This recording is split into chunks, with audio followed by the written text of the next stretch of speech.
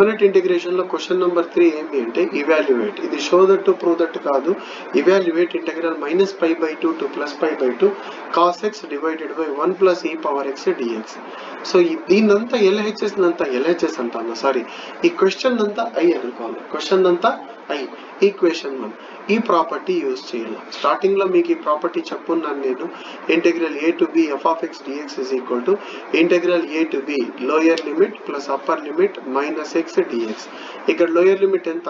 -π/2, upper limit ఎంత? +π/2. So x ఉన్న చోట మేము ఏం రాయాలి అంటే lower limit plus upper limit -x. x ఎన్ని చోట్ల ఉంది? 1, 2. dx లో కాదు, x ఉన్న చోట మాత్రమే మేము ఏం రాయాలి అంటే -π/2 అంటే లోయర్ లిమిట్ ప్లస్ π/2 అంటే అప్పర్ లిమిట్ -x. సో ఇది x ఉన్న చోట రాయాలి.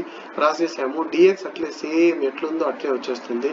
కానీ మీరు చూడంగానే చెప్తారు సార్ ఇవి రెండు క్యాన్సిల్ అవుతాయి, ఈ రెండు క్యాన్సిల్ అయిపోతాయి. ఎందుకంటే ఒక +π/2 ఒక -π/2 ఏమవుతుంది? క్యాన్సిల్. కాస్ ఆఫ్ -x అంటే ఏమి? Cos x. కాస్ మైనస్ ఏం చేస్తుంది అంటే ప్లస్ చేసేస్తుంది. కానీ e పవర్ -x అట్లే ఉంటుంది. e పవర్ -x అట్లే ఉంటుంది. కానీ మీరు గుర్తుపెట్టుకోండి, e పవర్ -x ఎంత సార్ అంటే 1/e పవర్ x. ఎందుకంటే న్యూమరేటర్ లో మైనస్ ఉంటే డినామినేటర్కి వస్తే ప్లస్ లో అయిపోతుంది. e పవర్ -x ఎంత అంటే 1/e పవర్ x. కాబట్టి e పవర్ -x ప్లస్ లో 1/e పవర్ x రాశాను. e పవర్ x ఇంటూ 1 ఎంత అంటే e power x plus 1/e power x వస్తుంది. ఈ e పవర్ x న్యూమరేటర్ కి వచ్చేస్తుంది. ఎందుకంటే కింద నుంచి ఈ టర్మ్ పైకి పోతే ఉల్టా అవుతుంది. అంటే కింద ఉన్న e పవర్ x పైకి వస్తుంది, e పవర్ x ప్లస్ 1 కిందికి వస్తుంది. అందుకే పైన e పవర్ x వచ్చింది. చాలా మంది కాస్ x పక్కన e పవర్ x ఎలా వచ్చింది అంటే కింద నుంచి e పవర్ x పైకి వచ్చి మల్టిప్లై చేస్తుంది. అర్థమైందా? సో ఇప్పుడు ఇది e పవర్ x ప్లస్ 1 అన్నా 1 ప్లస్ e పవర్ x అన్నా ఒకటే. దీన్ని ఈక్వేషన్ 2 అనుకోవాలి. ఈక్వేషన్ 1 ఈక్వేషన్ 2 యాడ్ చేయాల. ఈక్వేషన్ 1 అంటే ఇది, ఈక్వేషన్ 2 అంటే ఇది. ఏం తేడా ఉంది గమనించండి. ఈక్వేషన్ 1 లో LHS అయి ఉంది, ఏడా LHS అయి ఉంది. ఈక్వేషన్ 2 లో lower limit upper limit, equation 1 లో లోయర్ లిమిట్ అప్పర్ లిమిట్ రెండు ఒకటే. కానీ ఈక్వేషన్ 1 లో న్యూమరేటర్ లో కాస్ x ఉంది, కానీ ఇక్కడ ఏముందంటే e power x cos x ఉంది. సో అదొక్కటే డిఫరెన్స్. సో 1, 2 యాడ్ చేయాలా. LHS ప్లస్ LHS ఎంత అంటే i ప్లస్ i వస్తుంది. ఇంటెగ్రల్ రాసుకొని ఇది రెండు యాడ్ చేయాలా. రెండిట్లో LCM ఒకటే కాబట్టి ఓకే, ఈ 1 ప్లస్ e పవర్ x రాసుకొని ఇవి రెండు యాడ్ చేయండి. ఈ రెండిట్లో ఒకటి కామన్ చేయొచ్చు. ఏంటది అంటే cos x. Cos x common చేస్తే ఎంత వస్తుందంటే 1 plus e power x. 1 plus e power x 1 plus e power x cancel అయిపోతుంది. ఇంటెగ్రల్ కాస్ x వస్తుంది. ఇంటెగ్రల్ కాస్ x అంటే మీరు ఇక్కడ రెండు రకాలుగా చేసుకోవచ్చు. ఒకటి ఈ ప్రాపర్టీ యూజ్ చేసేనా చేసుకోవచ్చు, లేదంటే నార్మల్ గా మీరు ఎట్లా ఇంటిగ్రేషన్ చేస్తారో అట్లా చేసుకోవచ్చు. ఇంటెగ్రల్ కాస్ x అంటే ఎంత? సైన్ x వస్తుంది. మళ్ళీ లిమిట్స్ సబ్స్టిట్యూట్ చేసి చేసుకోవాలి. లేదంటే కాస్ x అనేది ఈవెన్ ఫంక్షన్ కాబట్టి ఈవెన్ ఫంక్షన్ అయితే 2 ఇంటూ ఇంటెగ్రల్ 0 to a రాసుకోవాలి. దీని తర్వాత స్టెప్ పక్కన రాస్తున్నా చూడండి. Implies 2i is equal to 2. ఎక్కడి నుంచి వచ్చింది 2 అంటే అకార్డింగ్ టు దిస్ ప్రాపర్టీ. ఇది ఒక ప్రాపర్టీ, ఇది డెఫినెట్ ఇంటిగ్రేషన్ లో అలా అయినా చేసుకోవచ్చు. 2 ఇంటూ ఇంటెగ్రల్ లోయర్ లిమిట్ -π/2 ఏమవుతుందంటే 0 అయిపోతుంది. 0 అయిపోయి అప్పర్ లిమిట్ అట్లే ఉంటుంది +π/2 cos x dx. Integral cos x అంటే ఏమొస్తుంది? Sine x. కాబట్టి 2i ఈజ్ ఈక్వల్ టు 2 అట్లే ఉంటుంది. ఇంటెగ్రల్ కాస్ x అంటే ఎంత? సైన్ x వస్తుంది. లిమిట్స్ ఏమి? 0 to π/2. సార్ అక్కడ ఒక 2 ఇక్కడ ఒక 2 క్యాన్సిల్ అవుతుంది కదా? అవును, అయిపోతుంది. What is remaining? i is equal to sine x మాత్రమే ఉంటుంది. లిమిట్స్ ఏమి అంటే 0 to π/2. First upper limit substitute చేయాలి. i is equal to sine π/2 minus sine 0. Sine 0 ఎంత? 0. సైన్ 90 అంటే π/2. సైన్ π/2 ఎంత? 1. సో దీని వాల్యూ 1 మైనస్ 0 వస్తుంది. 1 మైనస్ 0 అంటే 1. i అంటే క్వశ్చన్ కాబట్టి క్వశ్చన్ యొక్క ఆన్సర్ ఎంత అంటే 1 వచ్చింది. ఈ క్వశ్చన్ యొక్క ఆన్సర్ ఎంత? 1. సో ఇది ఎండ్ ఆఫ్ ద ప్రాబ్లం. సరేనా? నెక్స్ట్ క్వశ్చన్ చూడండి. 4th question. Show that integral 0 to π/2 integral 0 to π/2 x by sin x plus cos x dx is equal to π/2 √2 log of √2 plus 1. ఇక్కడ LHS నంతా LHS నంతా మనం ఏమనుకోవాలంటే I అనుకోవాలి, దాన్ని equation 1 అని రాసుకోవాలి. ఈ property మీకు ముందు నుంచి తెలుసు. Integral 0 to a f of x dx అంటే ఏం రాసుకోవచ్చు, integral 0 to a f of a minus x dx. x ఉన్న చోట a minus x, a అంటే ఎంత ఈ ప్రాబ్లంలో π/2. సో x ఉన్న చోటంతా π/2. x ఎన్ని చోట్ల ఉంది, 1 2 3, ఈ 3 చోట్ల π/2 మైనస్ x రాసేస్తాను. dx లో ఏమీ చేయొద్దండి, అలాగే రాసుకోండి. sin 90 మైనస్ x ఎంత, cos x, cos 90 minus x ఎంత, sin x అవుతుంది. సో నెక్స్ట్ స్టెప్ లో గమనించండి. So this is your second equation. First equation కి సెకండ్ ఈక్వేషన్ కి తేడా ఏమి సార్, చూడండి. ఫస్ట్ ఈక్వేషన్ సెకండ్ ఈక్వేషన్ రెండు సేమ్ ఉన్నాయి, కానీ ఇక్కడ న్యూమరేటర్ లో ఏముంది x, ఇక్కడ న్యూమరేటర్ లో ఏముంది π/2 మైనస్ x. యాడ్ చేస్తే కేవలం న్యూమరేటర్ మాత్రమే యాడ్ చేయాలి, ఎందుకంటే డినామినేటర్ రెండిట్లో ఏముంది సేమ్. మా sin x plus cos x అన్నా cos x plus sin x అన్నా రెండు ఒకటే. కాబట్టి ఇది కిందది ఏమీ చేయకూడదు, కేవలం పై మాత్రం యాడ్ చేసి ప్లస్ x మైనస్ x ఏమవుతుంది క్యాన్సల్, π/2 బయట రాసుకోవాలి, π/2 బయట రాసుకోవాలి. కేవలం ఇది మాత్రమే మీరు గమనిస్తే ఇది ఏ మెథడ్ సార్ అంటే ఇండెఫినెట్ ఇంటిగ్రేషన్ లో నేను మీకు చెప్పాను, థర్డ్ మెథడ్ గానో సెకండ్ మెథడ్ గానో చెప్పాను. Put tan x/2 is equal to t అని చెప్పాను. సో ఇక్కడ tan x/2 ఎక్కడుంది అంటే cos x అంటే ఒక ఫార్ములా ఉంది, 1 minus tan square x/2 by 1 plus tan square x/2 రాస్తాను. చూడండి cos x కి ఫార్ములా రాస్తాను, 1 minus tan square x/2 by 1 plus tan square x/2. అలాగే sin x కూడా ఒక ఫార్ములా ఉంది, అదేంటి అంటే 2 tan x/2 by 1 plus tan square x/2. So ఇదంతా రాసుకోకుండా డైరెక్ట్ గా cos x అంటే ఏం రాసుకున్నా 1 minus t square by 1 plus t square, sin x అంటే ఏం రాసుకున్నా 2t by 1 plus t square, dx అంటే ఏమి 2 dt by 1 plus t square. కానీ ఇప్పుడు tan x/2 అని చెప్పి రాసుకోవాలి. ఇప్పుడు లిమిట్స్ చేంజ్ చేసుకోవాలి, ఎందుకంటే ప్రాబ్లంలో x ఉన్న చోటంతా నీకేమొస్తుంది t వస్తుంది, కాబట్టి లిమిట్స్ చేంజ్ చేసుకోవాలి. Lower limit x equal to 0, lower limit ఎంత ఉంది x ఈక్వల్ టు 0, t ఏమవుతుందో చెక్ చేయండి, tan x/2, tan x plus ఎంత పెడతాం 0, 0/2 అంటే ఎంత 0, tan 0 ఎంత సార్ అంటే 0. సో t వాల్యూ ఎంత 0.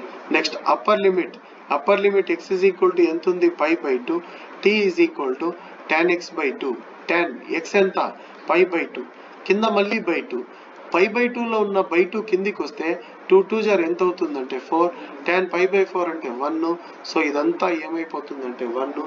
సో నెక్స్ట్ స్టెప్ ఏమవుతుందంటే లోయర్ లిమిట్ 0 అట్లే ఉంటుంది, అప్పర్ లిమిట్ 1 అయిపోతుంది. 1 divided by cos x place లో ఇది రాయాలా, ఇక్కడ ఉంది చూడండి cos x ప్లేస్ లో ఇది రాయాలా, sin x ప్లేస్ లో ఇది రాయాలా, dx ప్లేస్ లో ఇది రాయాలి. అర్థమైందా?